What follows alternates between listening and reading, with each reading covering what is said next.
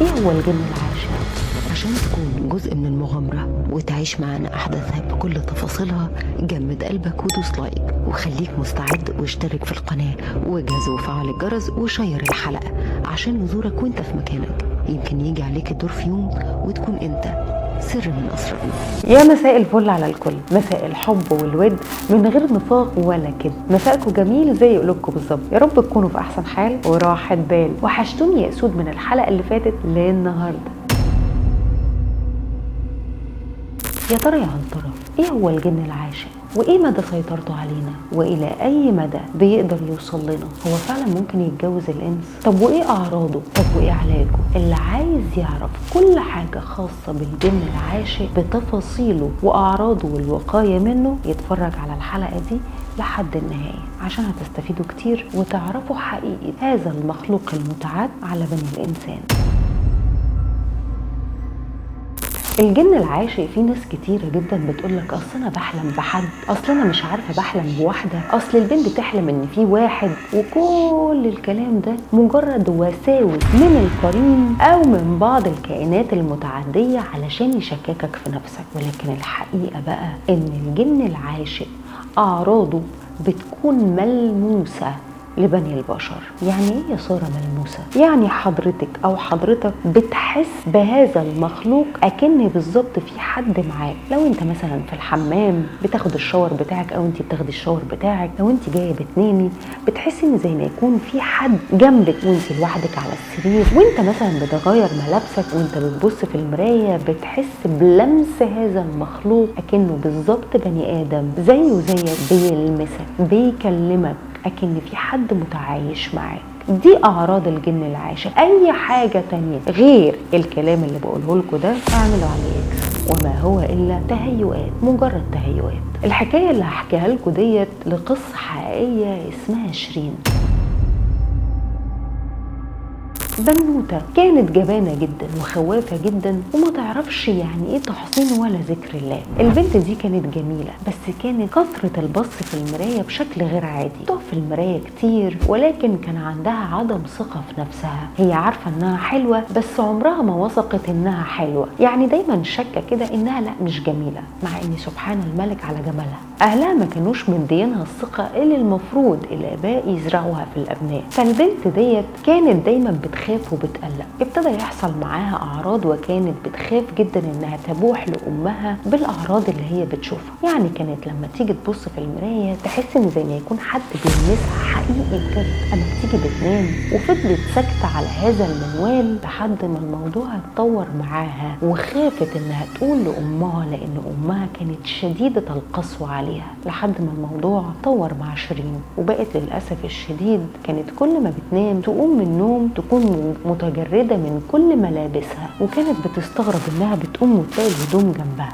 انا ما عملتش كده، هو ايه اللي قلعني هدومي؟ لحد ما في يوم من الايام الام دخلت سهوة على بنتها ولقيتها انها نايمة من غير هدوم، صحتها وقالت لها هو انت ليه قلع هدومك كده؟ شيرين فضلت واقفة وبصلها كده وقالت لها يا ماما مش انا والله اللي قلعت هدومي، انا بصراحة بيحصل معايا كذا وكذا وكذا وكذا. الام هنا اتاخدت والاول مرة تتعامل بحكمة واخدت كلام بنتها وابتدت تدور على الشيوخ علشان تعرف ايه اللي بيحصل مع بنتها، خصوصا ان بنتها ابتدى عليها تغيرات غير عادية. لونها اتغير، وشها شحب واتغير من جمال، والدم في وشها عبارة عن صفار وزرقان وهالات سودة بشكل غير طبيعي، كدمات بشكل غير عادي، خرابيش مش خرابيش بني انس ابدا، اكن حاجات مغروزة جوه الجلد بشكل مش حلو، بتعوير، بكدمات بنفسجي على خضار على الوان الطيف في جسم بنتها. بقت تسأل الشيوخ لان الموضوع تطور معاها، لحد ما في حد من الشيوخ الافاضل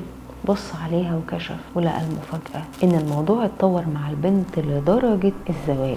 مش الزواج اللي ما بين عالم الانس والانس كتب كتاب ومأذون او الكلام ده، هذا الكائن من كتر خوف البنت وانها جبانة وعندها عدم ثقة في نفسها مع عدم إرشاد الأهل بالتحصينات أو ذكر الله أو الصلاة، للأسف الشديد الموضوع تطور معاها من مجرد لمس لعلاقة كاملة من هذا المخلوق لهذه الفتاة. والشيخ الفضيل اكتشف هذا الأمر، وهنا الروحانيين الحقيقيين أي الشيوخ الأفاضل بيعرفوا يتعاملوا مع هذه النوعيات. وخلي بالك مش كل بنت تروح تعمل الغلط وتقول أصل أنا عندي مس عاشق، الكلام ده عادي تماما من الصحة، والحالات دي نادرة جدا وما بتحصلش في الزمن اللي احنا فيه ده. كان ممكن زمان أيام ما كانت الدنيا خلا والبيوت كل بيت والتاني في مسافة ما بين البيت والتاني، لكن دلوقتي في عز التكدس السكاني وفي عز الوعي اللي احنا بقينا فيه ما اعتقدش ان حد بيوصل لهذه المراحل. وبفضل الملك البنت دي تم علاجها وتم السيطرة على هذا المخلوق بعد تطور هذه العلاقة الغير مشروعة او هذه العلاقة من هذا الكائن المتعد بسبب الخوف الشديد وعدم الثقة وعدم التحصين. تداركوا الامر والاهل عرفوا من هنا انهم لازم يتابعوا البنت وتم علاجها، وبفضل الملك العظيم تم الزواج منها. الخلاصة من القصة دي كلها ان انا عايزة اقول لكم ان الذكر عند البص في المراية مهم جدا. يعني حضرتك علشان تبص في المراية اوعى تفتن بشكلك، لان ده من ضمن الحاجات او الباب اللي بيتفتح لجذب هذه المخلوقات، لانهم بيشوفوك من غير ما انت تشوفهم.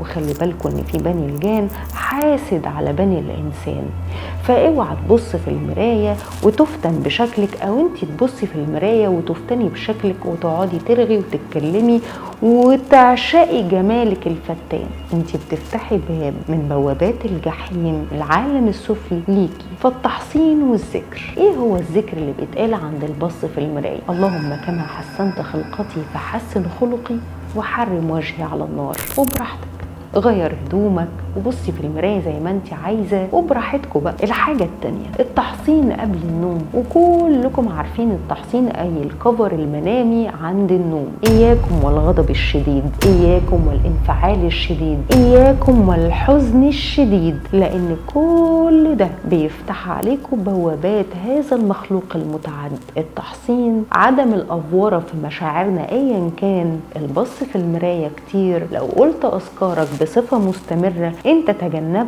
هذا العالم، ورب العباد بيوضع ما بينك وما بينهم حجاب. زي برضو ذكر عند دخول الحمام اعوذ بك من الخبث والخبائث، برضو رب العباد بيجعل ستار ما بينك وما بينهم. ان احنا نغني بصوت عالي جدا ومبالغ فيه في الحمام، نشغل اغاني، نشغل مسلسلات واحنا عايشين بقى والشياطين حوالينا، الله اكبر، حدث ولا حرج. كل ده لازم تتجنبوه علشان ما تقعوش في مخاطر الجن او المس العاشق. غير كل الاعراض اللي انا بقول لكم عليها دي، فهو اسمه المس العاشق. اصلا انا بحلم، اصلا انا بيتهيألي، اصلا انا بشوف خيال معدي وخيال رايح وخيال جاي، كل ده كلام فاضي. المس العاشق حد جنبك نفسه في نفسك، حد بيلمسك اكنه بني ادم. مفيش حاجه اسمها حلم مجرد حلم، ده كلام فاضي، ده حضرتك وتهيؤاتك. ننام على طهور، ما نعملش افعال خاطئه وننام على غير طهور. التحصين